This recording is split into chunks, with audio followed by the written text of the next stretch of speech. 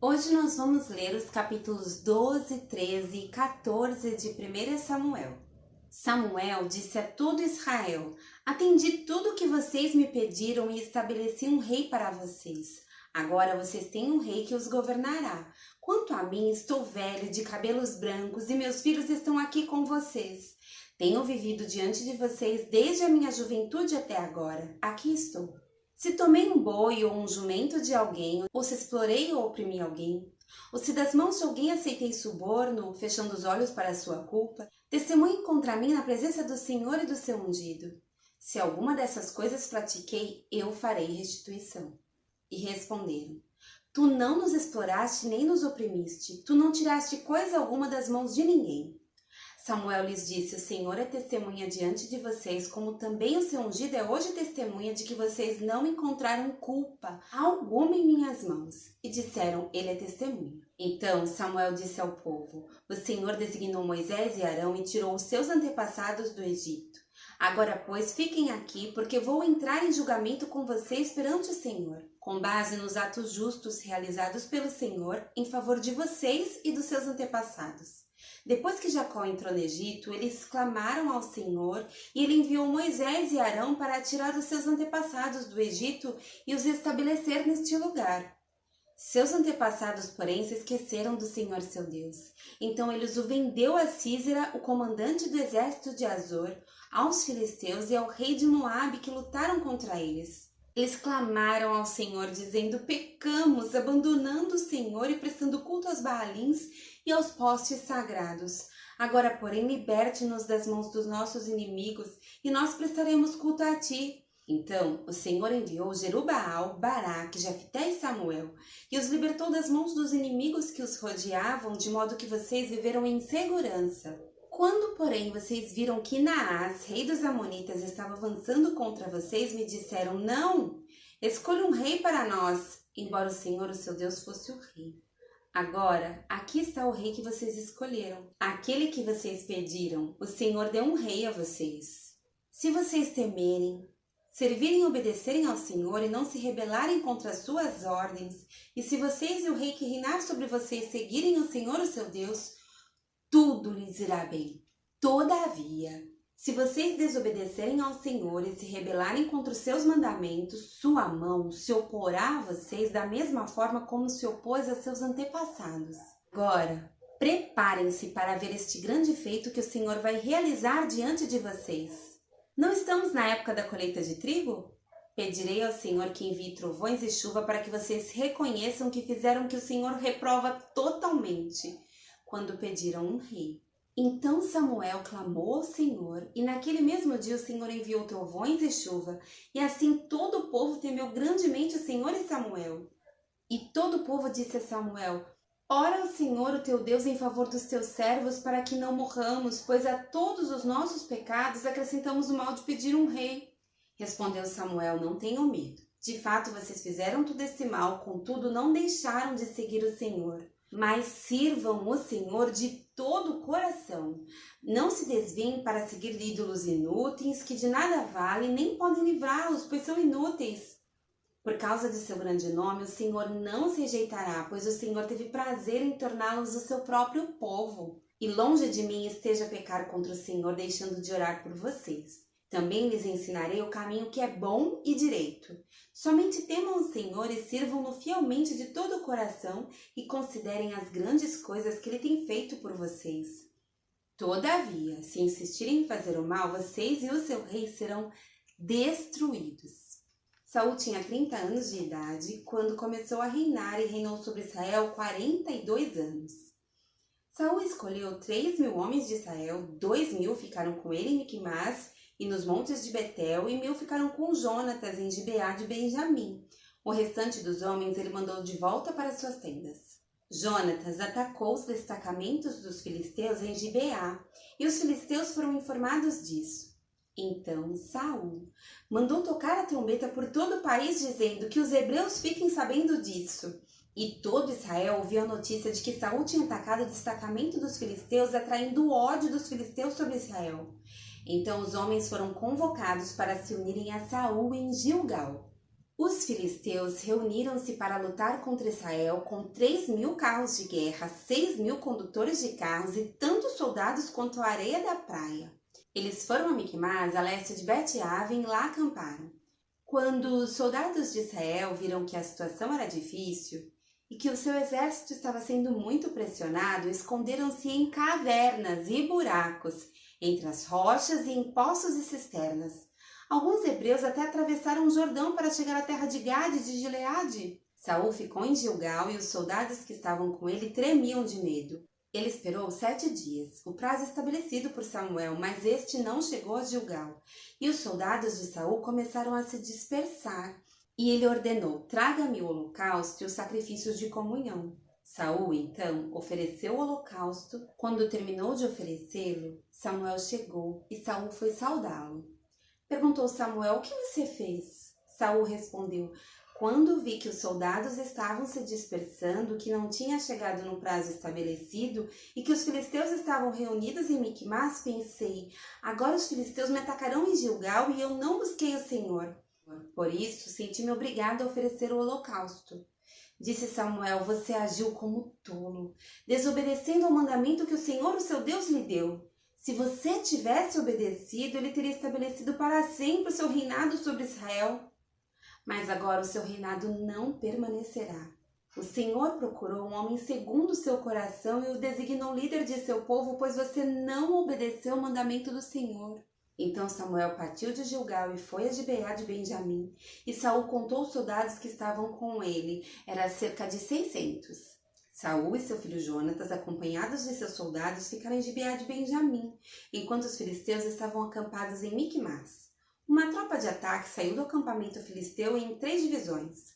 Uma foi em direção a Ofra, nos arredores de Saul, outra em direção a Bet-Horon, e a terceira em direção à região fronteiriça, de onde se avista o Vale de Zeboim, diante do deserto.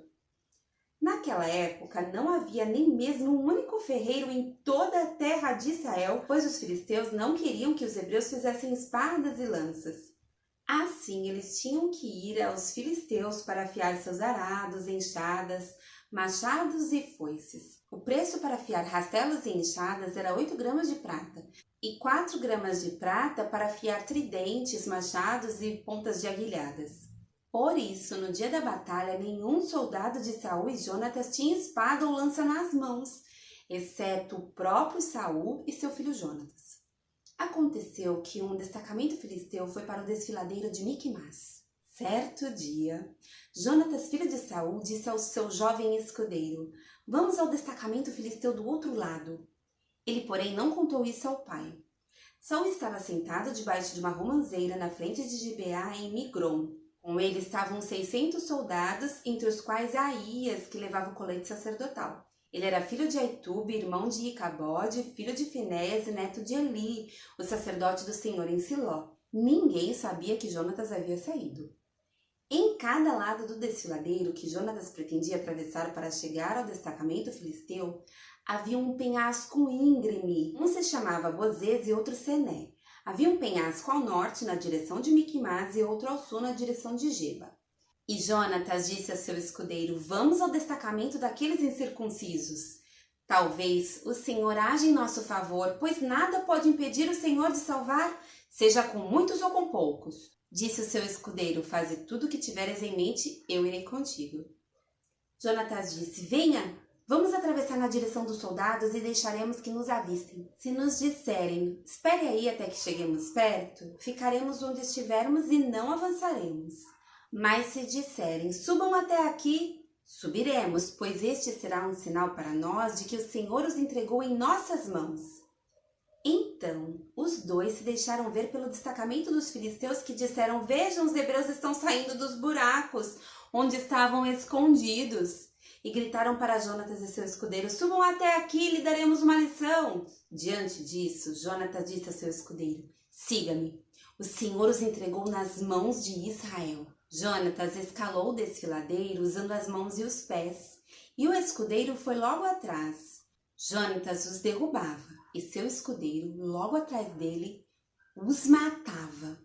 Naquele primeiro ataque, Jonatas e seu escudeiro mataram cerca de 20 homens numa pequena área de terra. Então, Caiu terror sobre todo o exército, tanto sobre os que estavam no acampamento e no campo, como sobre os que estavam nos destacamentos e até mesmo nas tropas de ataque. O chão tremeu, houve um pânico terrível. As sentinelas de Saul em Gibeá de Benjamim viram o exército filisteu se dispersando, correndo em todas as direções. Então Saul disse aos seus soldados: contem os soldados e vejam quem está faltando. Quando fizeram, viram que Jonatas e seu escudeiro não estavam presentes. Saul ordenou a Aías: traga a arca de Deus. Naquele tempo ela estava com os israelitas. Enquanto Saul falava com o sacerdote, o tumulto no acampamento filisteu ia crescendo cada vez mais. Então Saul disse ao sacerdote: não precisa trazer a arca. Na mesma hora, Saul e todos os soldados se reuniram e foram para a batalha. Encontraram os filisteus em total confusão, ferindo uns aos outros com suas espadas. Alguns hebreus que antes estavam do lado dos filisteus e que com eles tinham ido ao acampamento filisteu passaram para o lado dos israelitas que estavam com Saul e Jonatas. Quando todos os israelitas que haviam se escondido nos montes de Efraim ouviram que os filisteus batiam em retirada, também entraram na batalha perseguindo-os. Assim o Senhor concedeu vitória a Israel naquele dia, e a batalha se espalhou para além de Bet-Aven. Os homens de Israel estavam exaustos naquele dia, pois Saul lhes havia imposto um juramento, dizendo: maldito seja todo que comer antes do anoitecer, antes que eu tenha me vingado dos meus inimigos. Por isso ninguém tinha comido nada. O exército inteiro entrou num bosque onde havia mel no chão. Eles viram o mel escorrendo, contudo ninguém comeu, pois temiam um juramento. Jonatas, porém, não sabia do juramento que seu pai havia imposto ao exército, de modo que estendeu a ponta da vara que tinha na mão e a molhou no favo de mel. Quando comeu, seus olhos brilharam. Então um dos soldados lhe disse: seu pai impôs ao exército um juramento severo, dizendo: maldito seja todo o que comer hoje. Por isso os homens estão exaustos. Jonatas disse: meu pai trouxe desgraça para nós. Veja como meus olhos brilham. Desde que provei um pouco desse mel, como teria sido bem melhor se os homens tivessem comido hoje um pouco do que tomaram dos seus inimigos. A matança de filisteus não teria sido ainda maior? Naquele dia, depois que derrotaram os filisteus, desde Miquimás até a Jailom, os israelitas estavam completamente exaustos. Eles então se lançaram sobre os despojos e pegaram ovelhas, bois e bezerros e mataram-nos ali mesmo e comeram a carne com sangue. E alguém disse a Saul: veja, os soldados estão pecando contra o Senhor comendo carne com sangue. Ele disse: vocês foram infiéis, rolem uma grande pedra até aqui. Saiam entre os soldados e digam-lhes: cada um traga a mim seu boi ou sua ovelha, abatam-nos e comam a carne aqui. Não pequem contra o Senhor comendo carne com sangue. Assim, cada um levou seu boi naquela noite e ali o abateu. Então Saul edificou um altar para o Senhor e foi a primeira vez que fez isso. Saul disse ainda: desçamos atrás dos filisteus à noite, vamos saqueá-los até o amanhecer e não deixemos vivo nenhum só deles. Eles responderam: faz o que achares melhor. O sacerdote, porém, disse: consultemos aqui a Deus. Então Saul perguntou a Deus: devo perseguir os filisteus? Tu o entregarás nas mãos de Israel? Mas naquele dia Deus não lhe respondeu. Disse então Saul: venham cá, todos vocês que são líderes do exército, e descubramos que pecado foi cometido hoje. Juro pelo nome do Senhor, o libertador de Israel, mesmo que seja meu filho Jonatas, ele morrerá. Mas ninguém disse uma só palavra. A seguir, disse Saul a todos os israelitas: fiquem vocês de um lado e eu e meu filho Jonatas ficaremos do outro. E eles responderam: faz o que achares melhor. E Saul orou ao Senhor, ao Deus de Israel: dá-me a resposta certa. A sorte caiu em Jonatas e Saul, e os soldados saíram livres. Saul disse: lancem sortes entre mim e meu filho Jonatas. E Jonatas foi indicado. Então Saul disse a Jonatas: diga-me o que você fez. E Jonatas lhe contou: eu provei um pouco de mel com a ponta da minha vara e estou pronto para morrer. Saul disse: que Deus me castigue com todo rigor caso você não morra, Jonatas. Os soldados, porém, disseram a Saul: será que Jonatas, que trouxe essa grande libertação para Israel, deve morrer? Nunca! Juramos pelo nome do Senhor. Nenhum só cabelo da sua cabeça cairá no chão, pois o que ele fez hoje foi com o auxílio de Deus. Então os homens resgataram Jonatas e ele não foi morto. E Saul parou de perseguir os filisteus e eles voltaram para sua própria terra. Quando Saul assumiu o reinado sobre Israel, lutou contra os seus inimigos em redor, Moabitas, Amonitas, Edomitas, os reis de Zobá e os filisteus. Para qualquer lado que fosse, infligia-lhes castigo. Lutou corajosamente e derrotou os amalequitas, libertando Israel das mãos daqueles que o saqueavam. Os filhos de Saul foram Jonatas, Isvi e Malquissua. O nome de sua filha mais velha era Merabe e o da mais nova era Mical. A mulher chamava-se Ainoã e era filha de Aimaas. O nome do comandante do exército de Saul era Abner, filho de Ner, tio de Saul. Quis, pai de Saul, e Ner, pai de Abner, eram filhos de Abiel. Houve guerra acirrada contra os filisteus durante todo o reinado de Saul. Por isso, sempre que Saul conhecia um homem forte e corajoso, alistavam-o no seu exército.